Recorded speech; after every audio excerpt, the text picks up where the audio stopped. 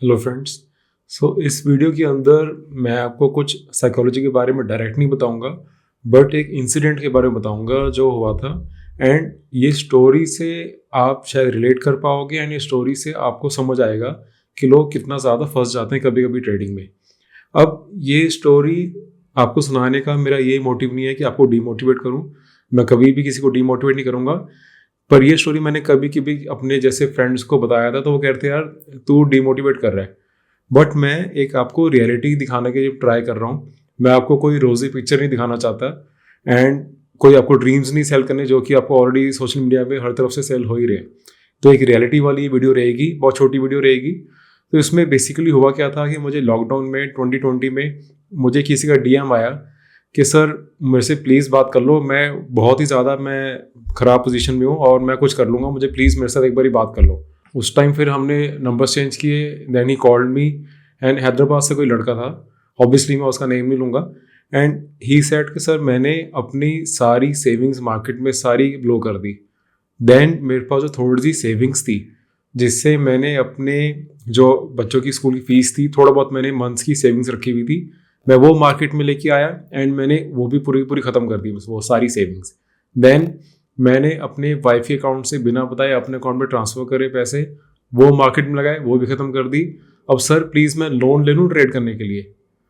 मतलब उसे समझ ही नहीं आ रहा था कि वो कितना ज़्यादा एडिक्शन वाले फेज़ में है, एंड अभी भी बस वो किसी भी तरह और कैपिटल अरेंज करने की ट्राई कर रहा था।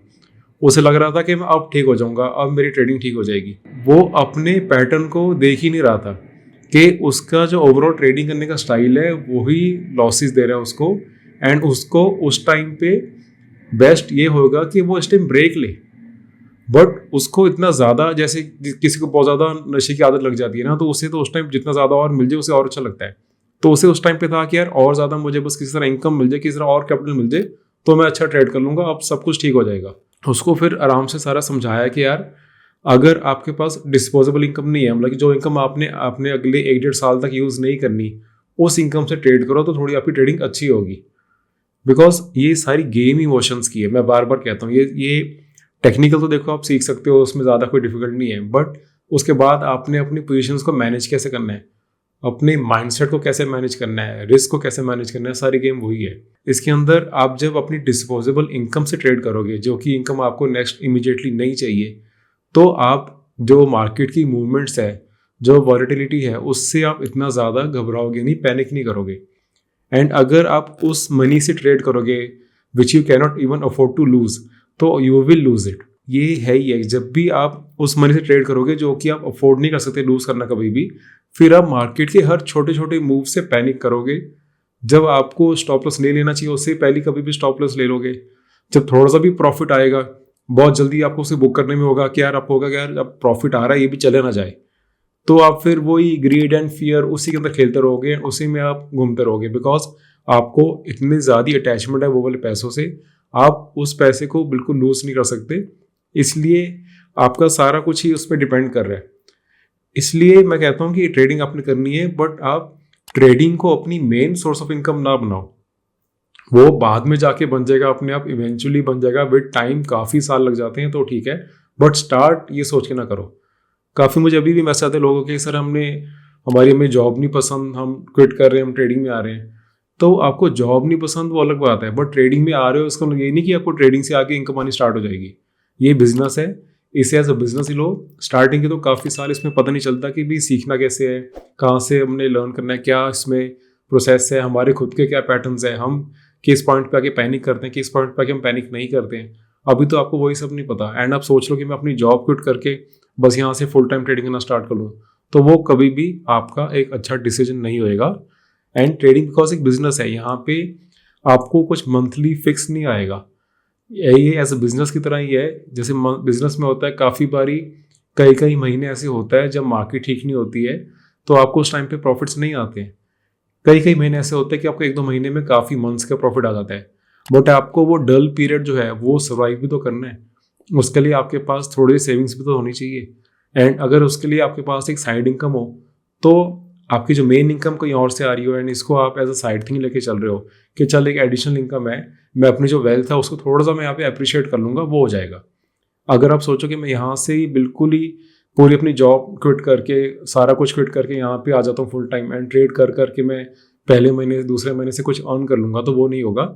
इनफैक्ट जितना ज़्यादा आपको ईगरनेस होगी ना ट्रेड करने की, उतना ज़्यादा आप इसके अंदर और फंसते जाओगे, उतना ज़्यादा आप और इमोशनली ट्रेड करोगे, उतना ज़्यादा फिर आप ओवर ट्रेडिंग में भी फंसोगे, फिर आपके इमोशंस भी बिल्कुल एम्पलीफाइड होंगे, फिर आपको ग्रीड एंड फियर में भी आप फंसोगे, आपकी ट्रेडिंग ओवरऑल नहीं ठीक होगी और आप हर छोटे मूव से पैनिक करते रहोगे, बिकॉज आप ट्रेड ही उसी पैसे से कर रहे हो जिसको आप लूज नहीं कर सकते।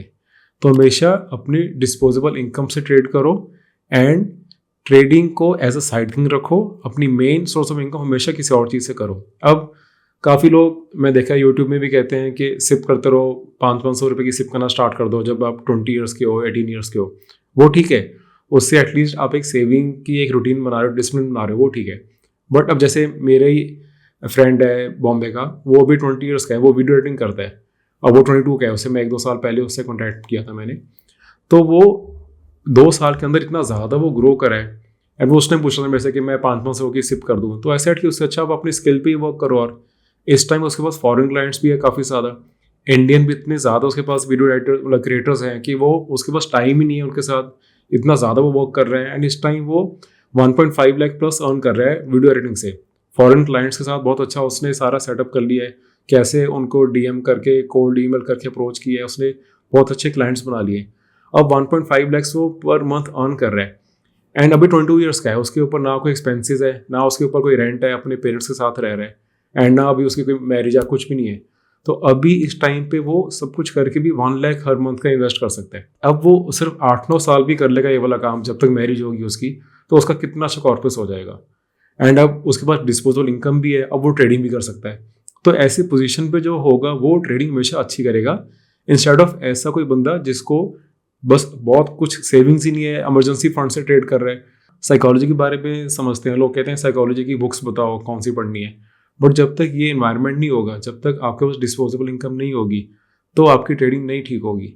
इसलिए ये ओवर एडिक्शन के फेज में ना फंसो, इसमें बहुत लोगों की लाइफ खराब हुई है। आप ओवरऑल एक मैच्योरली ट्रेड करो, आप जो मनी आप नहीं लूज कर सकते उससे ट्रेड करो। तो अगर आप समझोगे तो मैं इस वीडियो में, जैसे कि मेरे फ्रेंड्स सोचते हैं कि मैं डिमोटिवेट कर रहा हूँ, मैं डिमोटिवेट नहीं कर रहा, मैं आपको समझा रहा हूँ कि आप किस वे से ट्रेड करो, कौन सी इनकम के साथ ट्रेड करो एंड सिर्फ और सिर्फ ट्रेडिंग पे अपने आप को पूरा डिपेंड ना कर दो। हमेशा एक मेन सोर्स ऑफ इनकम कहीं और से रखो, ट्रेडिंग को साइड थिंग रखो। एक टाइम पे आएगा जब आपकी ट्रेडिंग की इनकम आपकी मेन सोर्स ऑफ इनकम से ज़्यादा बढ़ जाएगी, उस टाइम पे अगर आपने स्विच करना है फुल टाइम, तब आप सोच लेना। तब तक इसको एज अ साइड थिंग ही रखो एंड इसको एक सेकंड सोर्स ऑफ इनकम ही रखो। मेन अपना फोकस आपकी हमेशा जो मेन जॉब या बिजनेस है उस पर रहना चाहिए। तो आई होप आपको ये जो उस फॉलोअर के साथ जो मेरी कन्वर्सेशन थी एंड उसको जो समझाया मैंने, उससे आपको भी कुछ लर्निंग मिली है। जो भी आपकी लर्निंग्स है मुझे प्लीज़ कमेंट्स में बताओ, सो दैट मैं भी आपकी सारी वो कमेंट्स चेक करता हूँ एंड बाकी लोगों को भी समझ आए कि आपको क्या क्या लर्निंग मिली है। आप लोग आपस में डिस्कस करो कमेंट्स में कि क्या क्या आपकी लर्निंग थी, क्या आपने सीखा, आपके खुद का एक्सपीरियंस क्या था एंड आपकी जब ट्रेडिंग इंप्रूव हुई है तो वो किस रीज़न से हुई है। तो I hope this video is helpful and I will see you in next video. Thank you.